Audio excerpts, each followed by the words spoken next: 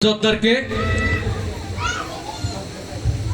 এ পর্যায়ে আপনাদের সামনে গুরুত্বপূর্ণ বক্তব্য রাখবেন দর্শনার পৌর বিএনপির রাজনীতিতে যিনি বর্তমান ক্লিন ইমেজে রেখে দর্শনা পৌরবাসীর জন্য যার ভাবনা চিন্তা সেই নেতাই পর্যায়ে আপনাদের সামনে বক্তব্য রাখবেন দর্শনা পৌর বিএনপির সমন্বয়ক জনাব এনামুল হক শাহ মুকুল।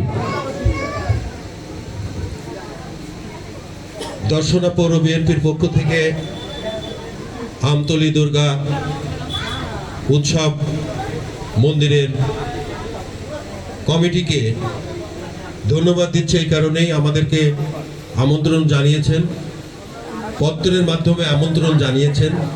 আমরা তাদেরকে, এই কমিটিকে আমি ব্যক্তিগতভাবে ধন্যবাদ দিতে চাই। কারণ ইতিপূর্বে বক্তা বলে গেছেন, ধর্ম যার যার, উৎসব সবার, দেশ সবার।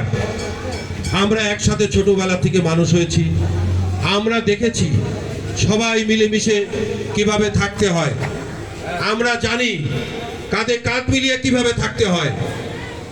সেই হিসাবেই আমি মনে করি আমরা যে সাম্প্রদায়িক মানুষই হোক না কেন, যে ধর্মেরই মানুষ হোক না কেন, আমরা কাঁধে কাঁধ মিলিয়ে থাকতে চাই।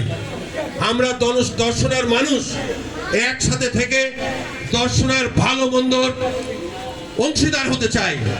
কারণ এই দর্শনায় আমি মনে করি যারা একসাথে বড় হয়েছি, আমাদের সব অনেক স্মৃতি রয়ে গেছে। সেই স্মৃতিকে আমরা ধারণ করতে চাই।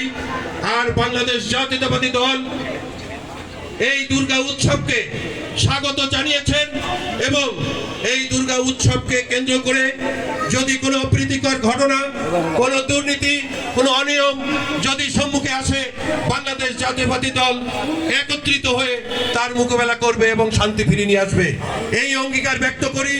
আর আমরা কাঁধে কাঁধ মিলিয়ে যেভাবে মানুষ হয়েছি এই দর্শনা পৌরতে, আমরা সবাইকে কোনো দল মত নির্বিশেষে আমরা একসাথে থাকতে চাই।